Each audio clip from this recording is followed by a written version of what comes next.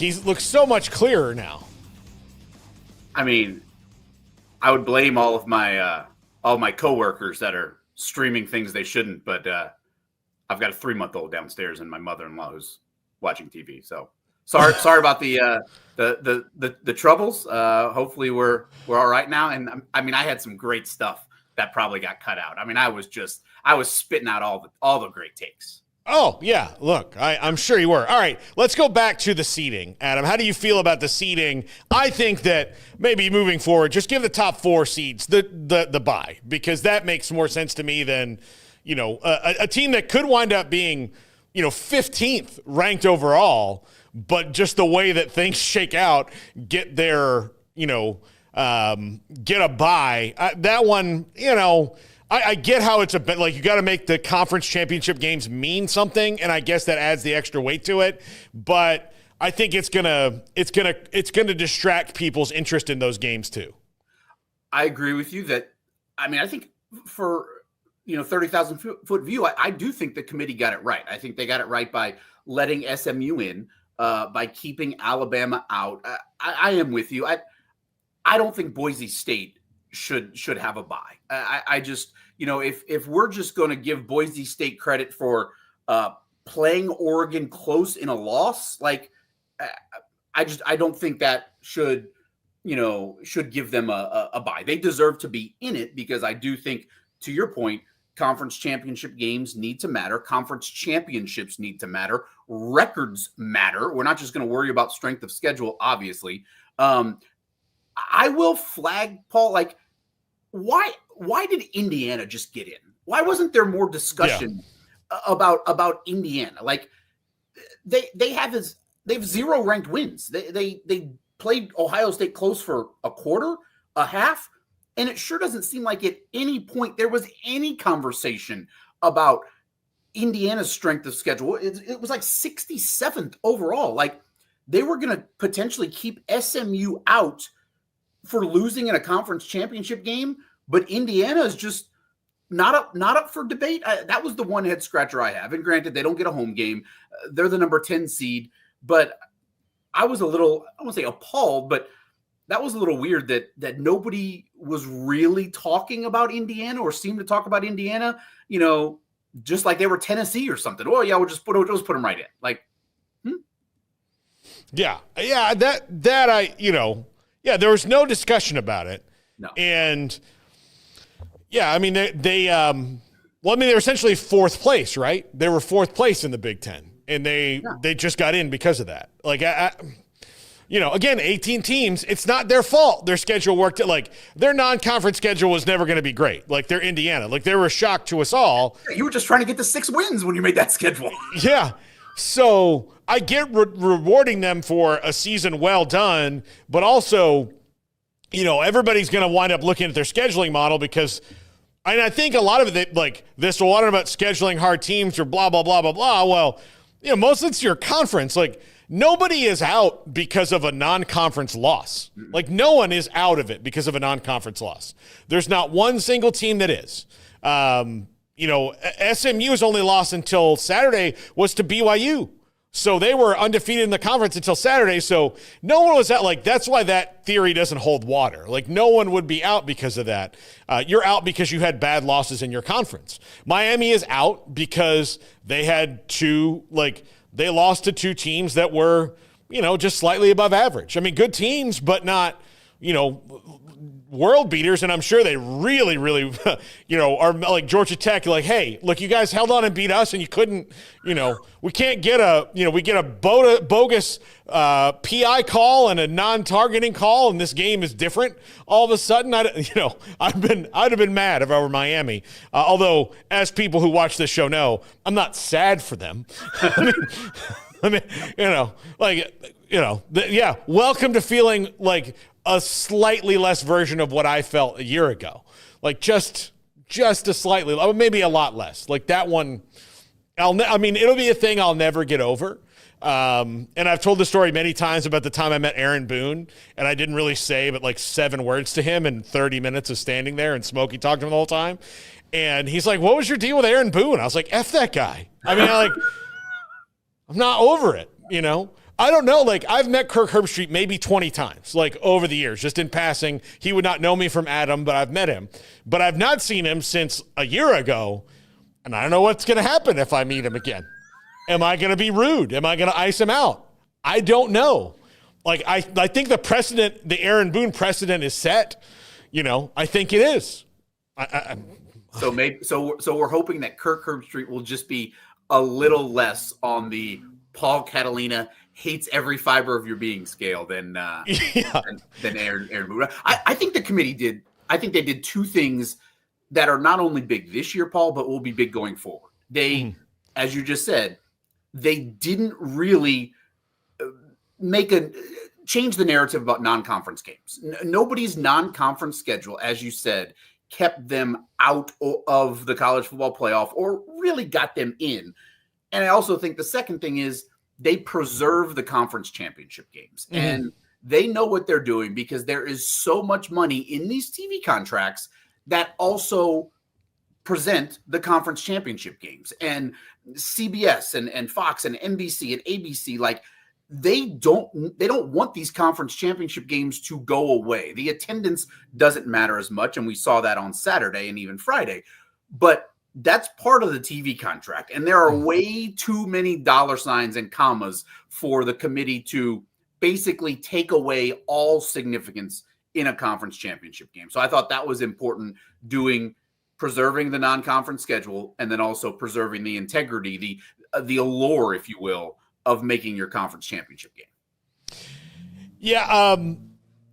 The conference, here's the other thing that we see. Look, the conference championship game attendance-wise suffered because you're talking about across the board, SEC, Big 12, like everybody, had empty seats where they may not have before. And part of that in conferences like the Big 12 or in the ACC where you've got a lot of distance between, Iowa State, Ames and Phoenix meeting in Dallas is technically in the middle, but it's still a long way for a lot of people to travel. And then as they keep winning, you're going to ask them to go to 3, maybe 4 neutral site games overall. That is not sustainable. And what is going to happen is they're going to have to cut out a very powerful lobby of the bowls. Like, they're just going to have, I think that within a couple of versions of this playoff, you're going to see home games until maybe the semifinals,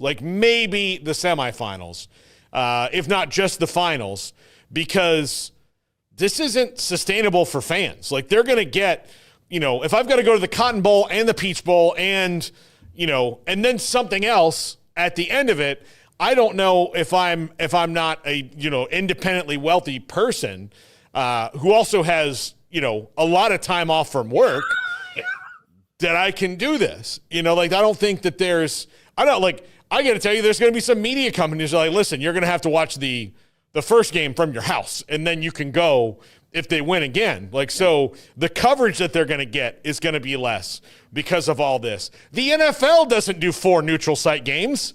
No. They have more money than anyone, and they're not going all right, it's the playoffs, Cowboys and Packers in Denver. No, that's home sites until you get to the Super Bowl. So I do think that will change. It's just, you saw how hard it was to get the Rose Bowl to back off of what they wanted. And it wasn't even because of the game. It's just because of the stupid parade. They're sticking this whole thing up that the whole world wants because people in Los Angeles really love this parade. And you're yeah, most of us don't live there, man. I know it's a huge city, but most of us don't live in Pasadena. They want the parade, and they want the 30 minutes of the sunset on the mountains for the bump shots during the game. That means more to them than just printing money because you get to host a national championship or a semifinal. Yeah, no, it's yeah. I do think that one day there's going to be a guy who comes in that's just an absolute bean counter that goes, no, we're no, this doesn't make any sense. And then that lady who's like, no, but the parade is important. So the parade can still be whenever you want it to be. But if we're gonna do this game, but I ultimately think the bowls will have to be reshuffled, and you can take those New Year's Six bowls move them down to the, take honestly, a big step back. But if you make those NIL games, you'll get the teams that are just out of the playoffs in them. I think that'll keep people engaged. And then it'll allow you to get rid of the Popeyes Bowl and the Bahamas Bowl and some of the other things that, aren't any good without changing anything much. Like, hey, look, this, the GMAC, Birmingham Bowl is going to go away because, we're tired of giving whatever fake charity is, a chance to launder their money. And they'll be able to spin this, Paul, as, hey, we're saving you, the fans, money, saving you, $5,000 on a trip. Hey, why don't you go ahead and send that to our NIL fund? Why don't you go ahead and give that to our collective instead? Look at us saving you money on travel, and somehow they will find a way to bring it back into the programs to make them sustain. But you talk about like fans, like you need 4 rounds of basically financing. That reminds me of what we've seen like in base. Like we live it here in Houston. Like I have buddies who don't spend money on Astros Division Series tickets because the expectation is you're going to have to shell out a whole bunch of money for, potentially, wild Division Series, ALCS tickets and maybe World Series tickets. We saw it with the Braves so many years ago. Like when the expectation of your program is that this isn't going to be a one and done postseason thing, that starts factoring into how you're going to spend your money. And are we going to save it for the bigger things, which is, as you said, kind of takes away from the buzz, if you will, of these conference championships. Yeah, they've got look, you can have 2. I think you can bookend it with 2 neutral site games. Yeah. A conference championship and then a national championship, because in the national championship, you're only going to have 2 fan bases that are worried about that. But if you're asking multiple fan bases to make multiple trips to, like, okay, say Clemson beats Texas this week. Okay, that's a trip, or this week, or when that, a couple weeks when that game is. Okay, then you're asking them to go to to Atlanta, which is not that big of a deal. Then you're asking them to go to somewhere like Dallas after that, and then you're asking them to go to Vegas after that. Like that's 4 trips for a double-digit seed, right? If you're and right now I think part of it is they're so stuck in the old ways. They don't see that, basketball, like the team you don't think is going to win wins all the time. It's going to happen in football now too. So, Texas at home versus Clemson, that's not a big deal. That's not that'll be fine. Indiana and Notre Dame lucked out for both sides there. It's, Notre Dame's at home, and Indiana just gets to go in the car to play that one. But then again, you're asking, okay, Notre Dame fans, okay, now you've got to go to Temp or to Glendale, and then to Phoenix, and then you've got to go, again to Dallas. Like, you're asking a lot, and not everybody has national fan bases like Notre Dame or BYU or Bama or Texas or Ohio State do. That just can kind of pop up. A&M. Look, I can tell you, FSU, we did a great job of taking over the Gerald Ford Stadium for as much as we did. But, SEC fans, they have that. But, okay, Iowa State wins that game. Like, they still, you're going to ask them to go all these different places. It's not feasible. It's not feasible. And the best our economy has ever been, it's not feasible. It doesn't make sense because just ask any professional sport. They don't do it that way. And it'll be really interesting to see, the winner of the 6-11 game, Penn State SMU gets to play Boise State. They'll probably be a double-digit favorite in that game.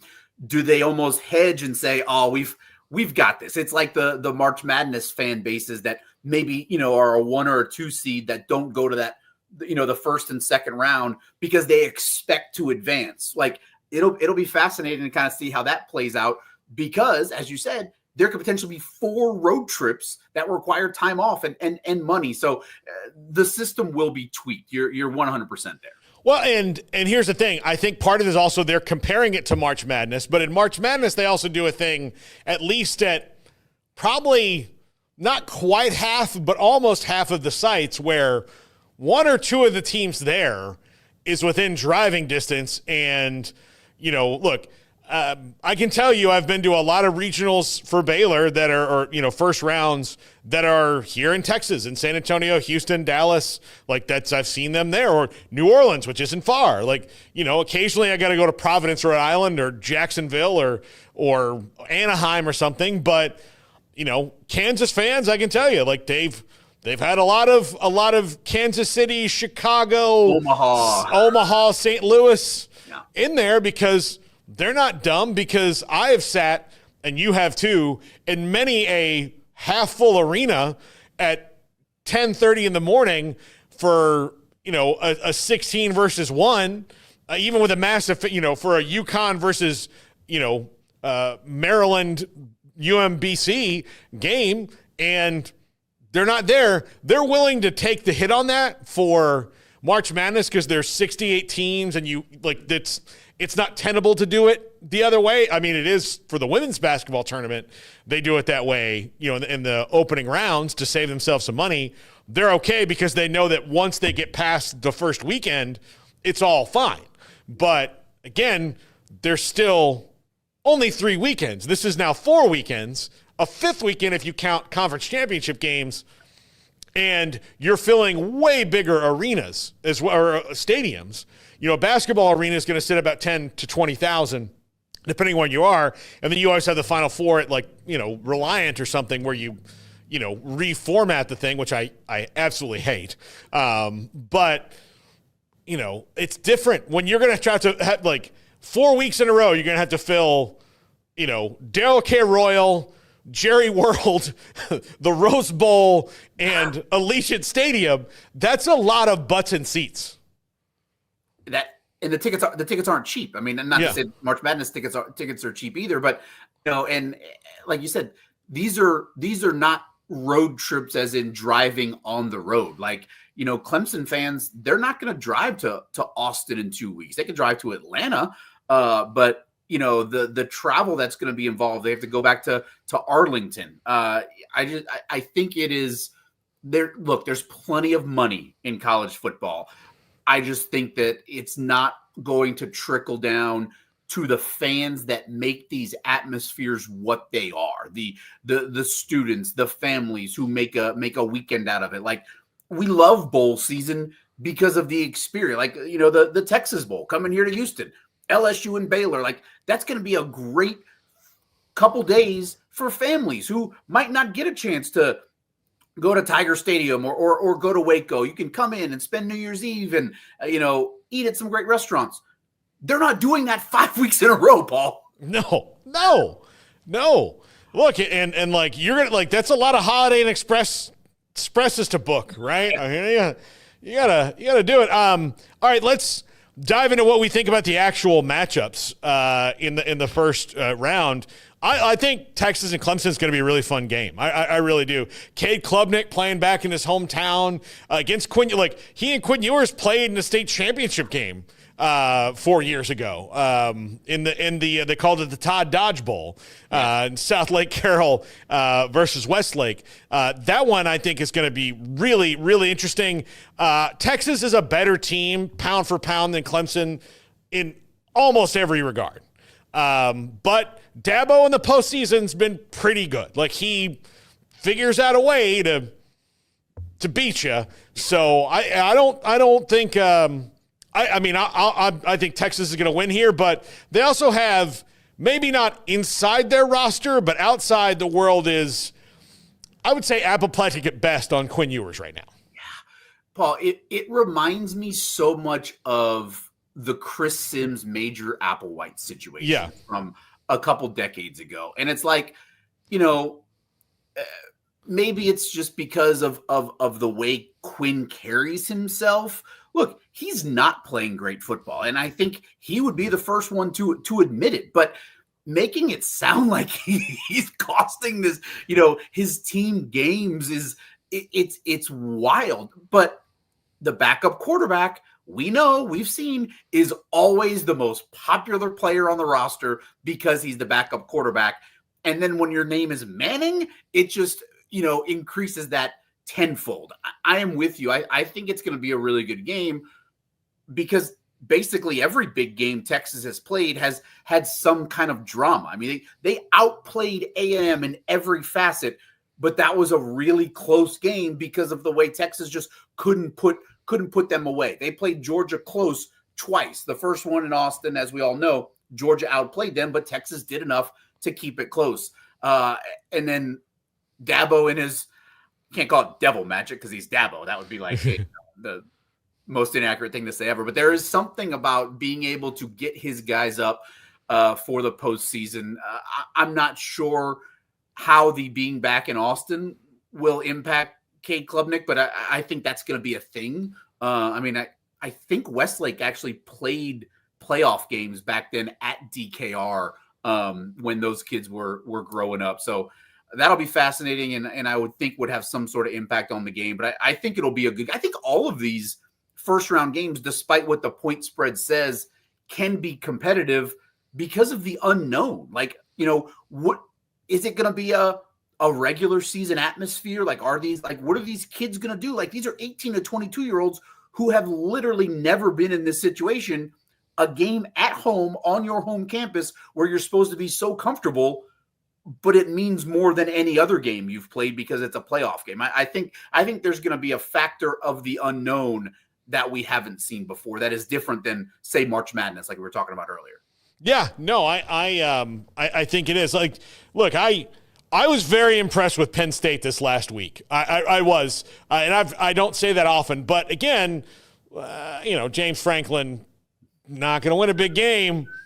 Not going to win a big game. And I'll tell you this about Rhett Lashley. Like, I know he lost the other night, but he's got a button that James Franklin doesn't have, which would terrify me if I was James Franklin. Yes. Rhett Lashley has an I don't care button that Franklin cares way too much. Like, you can say whatever you want about Rhett Lashley. He's like, Look, in the end, I think a lot of people are like, oh, yeah, well, Rhett Lashley's going to be a candidate for this job. Like, do you know how rich his alumni are?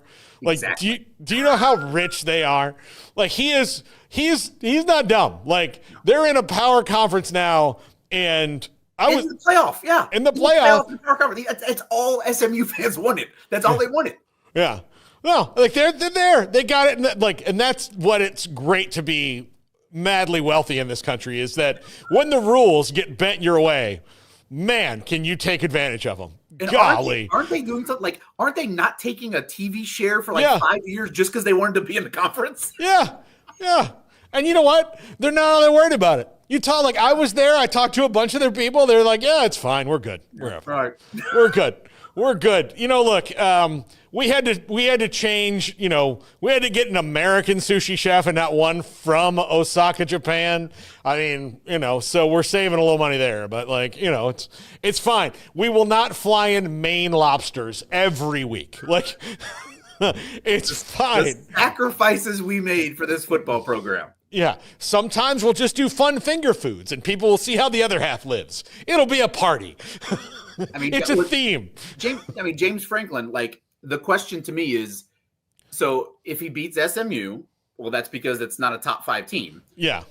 If they advance to play Boise State, technically, they're a 3 seed, but they're not ranked in the top 5. Like, will that be one of his 15 losses in 16 top 5 games? Or does he get a mulligan because they're really not top 5? Because we know what he does against top 5 teams. Yeah. I know. Like, I don't know. I actually don't think they're going to win 2 games in a row in the play. Like, part of it's not the team so much as the moment. Yeah. I think he's had better teams than teams that he's lost to. His problem is the moment. Yeah. I think it's the same thing with Ryan Day. And look, if Ryan Day loses to Tennessee, the next year of his life is going to be absolutely hellish because Ohio State can't fire him because he made the playoff, but he lost to Michigan and then lost to Tennessee at home.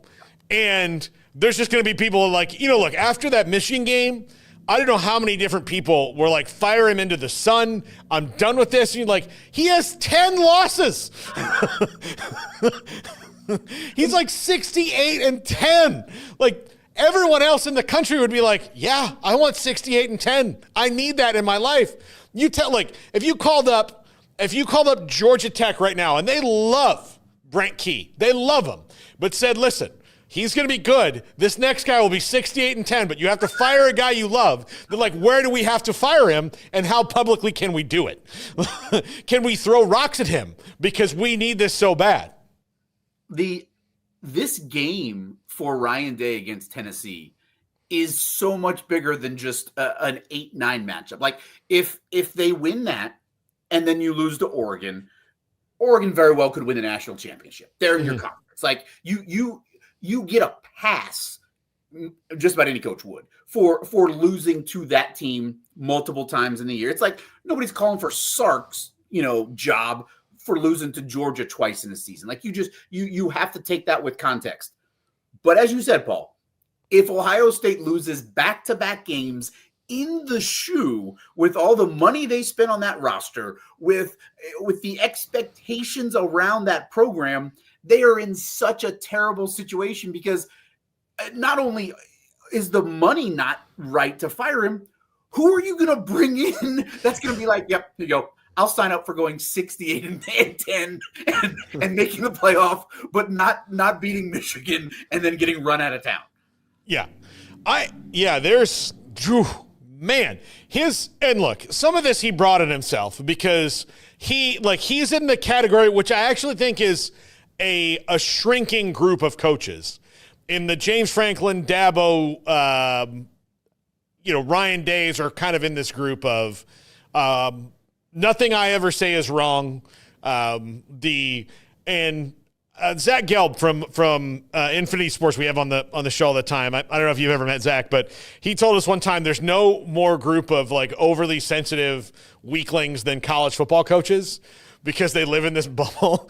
And like those guys are the kind of the kings of that. Like last year, Ryan Day is just running laps on Lou Holtz, who's 94 years old. Like, look, man. Yeah. Pick your battles, pick your battles. And like, he's in that group of those coaches. I just don't think their vibe's going to work anymore. Like it's just not going to, which is why when you like all these people say, well, Urban Meyer will come back and take that job. I think Urban knows like, no, I don't think my vibe works anymore. Like I can't, I'll do far less work on TV. And that's where I can pretend like I'm not, everybody thinks I'm cool over here.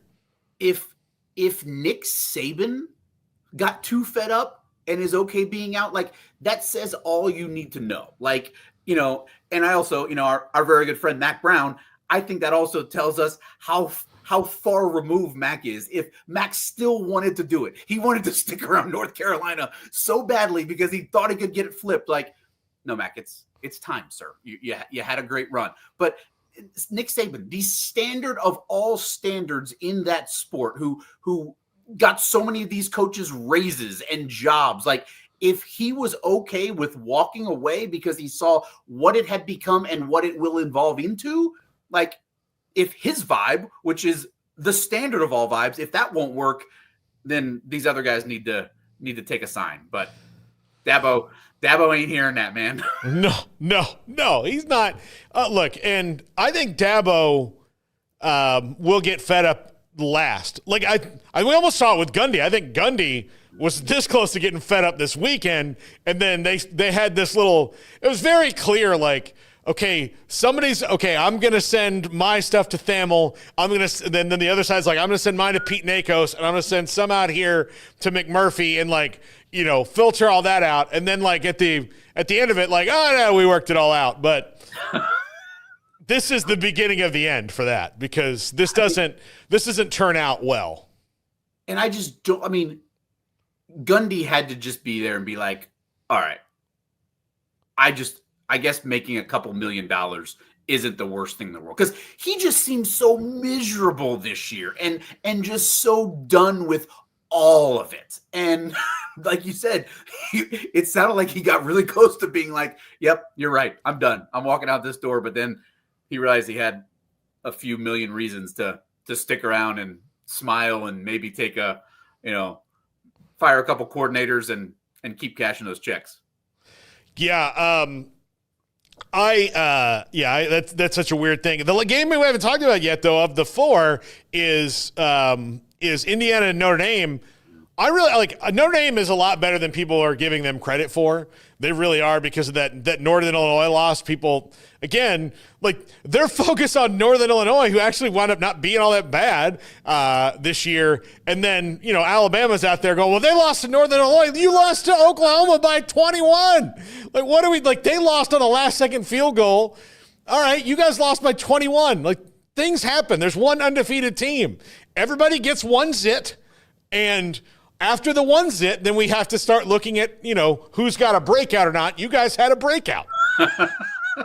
And like that was why we all wanted this 12-team playoff, is because one loss wasn't going to eliminate you. Like you have the chance to showcase your entire body of work. And that's what Notre Dame did. And anybody that watched Notre Dame, they got so much better throughout the season. I thought they looked really good against the Aggies to open up the season, but Riley Leonard got so much more comfortable in that offense. They got so much better on defense. I mean, against USC, didn't they have like 2 pick sixes in the final 6 minutes of the game or something like that? Like, I just think, and me saying this is probably, Indiana's probably going to run the table and win the national championship now. But Indiana, you guys are awesome. You had a great year. You have no business being in the 12-team playoff. Like, you did nothing except, you beat Michigan, but everybody apparently that doesn't like Texas told me that Michigan wasn't any good this year, and a win over Michigan shouldn't matter at all. So this is going to be Indiana's Super Bowl, because it's the playoff and because you're playing Notre Dame, a team that never schedules you. I think it's going to be fascinating. I think Notre Dame is significantly better, but everybody's thought that about Indiana all season long, waiting for them to trip up. So I'm probably I'm probably going ahead and calling in the reverse jinx now, and Kurt Signetti is going to add another thing to his Wikipedia page because I'm talking about him. Yeah, no, yeah, probably. That's what's going to happen. All right, Adam, this is because it is such a special week of selection. Message board genius. We just a couple weeks ago we went to Message Board Geniuses, and I did dramatic readings of the Message Board Geniuses. I have found, thanks to Garrett, 4 posts from Alabama fans and 4 posts from Texas fans. Especially since Alabama fans, they have a new team that they like to hate more. So I will do this in my best Alabama voice, and then we'll pick a Texas accent for me to do. But this is from Message Board Geniuses. Greg Sankey has proven one thing. He protects Texas. That's all he's done since they've arrived. They are the new cash cow, literally and figuratively. I hate them, and he's a bona fide Bevo effer.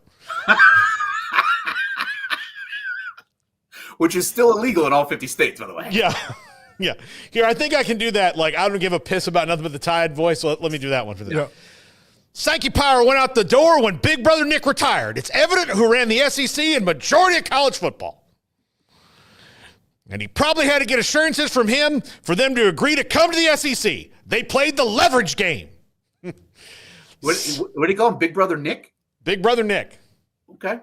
You know what? Like, of all the things that have been said on these Message Board Geniuses things, like if I was gonna buy into a conspiracy theory, the fact that Nick Saban isn't at a school to like strong arm people anymore and he's just a talking head now, I mean, it kind of makes a little bit of sense. Like, like that's I know the moon landing was real, but like of all the things we've done, it could have been the easiest one to fake, yeah. Right? Like, I get why you buy that conspiracy theory. I understand it. It's not true, but it is what it is. All right. So Texas fans, this is just a thread on the message boards, and I'm trying, like, what Texas accent are we like? We can't really be West Texas because that's like Texas. Like, what Texas accent do I need to really pull off here? The last time I did McConaughey, but McConaughey's never been angry in his life when he's not, in a Time to Kill or Amistad or something. Could you do, like, how's your Mac Brown? Like, I remember like animated Mac Brown. Remember like we can't recruit everybody, Like, yeah. Okay, there we go. Yeah. Yeah, there we go. Good game by the refs. Good game by the refs. Where do the refs get seated in the CFP? Ready, Bill? Sally? Yeah. Most rigged shit you'll ever watch. Which Mac would have never said. Ever. Sark would have said it. Kind of did. That was some bullshit. Maybe when we face these slapdicks a third time, we'll do without any shit-tastic SEC refs or craptacular Big 12 refs. Give me AAC or give me death.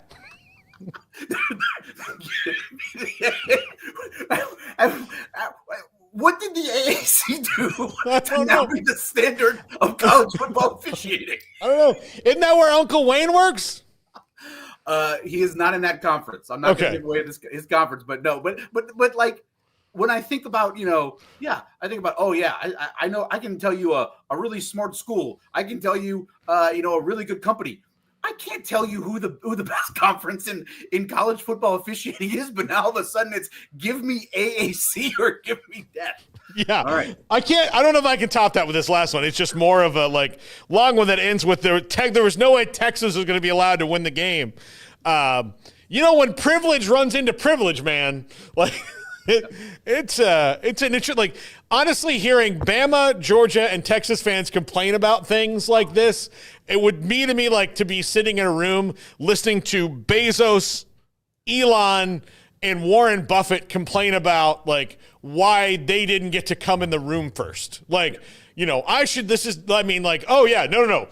was never going to let me in the room. I don't know, my space, my rocket's better. Okay, guys, no one here feels sorry for you. We're all just do you guys know what a mortgage is? Do you know what that is? Have you ever seen hey, I could refi my house from 4.2% to 3.9. You were like, hey, maybe we can go to Disney World for a whole extra day this year. They don't, the kids really didn't get to spend enough time at Epcot because we had to split that up. So now we can do Epcot and Hollywood Studios separately because of my refi. No. So shut up. They don't deal in decimal points. It's just commas. It's just commas. Yeah. No, they it's just, I hear that and I'm like, yeah, I'm glad that you guys are maybe starting to feel how the rest of the world feels when the minutia gets you, because the minutia didn't matter to the SEC until 2 days ago, right? And then all of a sudden the minutia matters because there's 12 teams, and I still don't think we've heard Sankey go say everything he wants to say about this. Or will want to say, because he's got to be a little measured. But I would have loved to be a fly on the wall in the room he was watching that playoff reveal in when they put SMU in. Or if somebody walked to him with Brett McMurphy's tweet and was like, You got to see this. Brett's been wrong 3 times in the last 25 years. He doesn't really say anything unless he knows he's right. And when he's wrong, it's not really that wrong. It's just he messed up a detail. I'm sure there are some people on that committee who can't talk about it, who got a call or a text from 100%. Yeah. Because that is the, in some people's eyes, especially in the SEC, leaving out Alabama this year was seen as more egregious than what happened to your Knowles last year. That's how big that brand is, and this mystique of the SEC. But how many times do we see it this year? This team led by Kalen DeBoer, it's not the same team, the same program that Saban led for all those years. It's not on the field. And finally, the eye test matters, because the record should have mattered, but hopefully they saw more than that.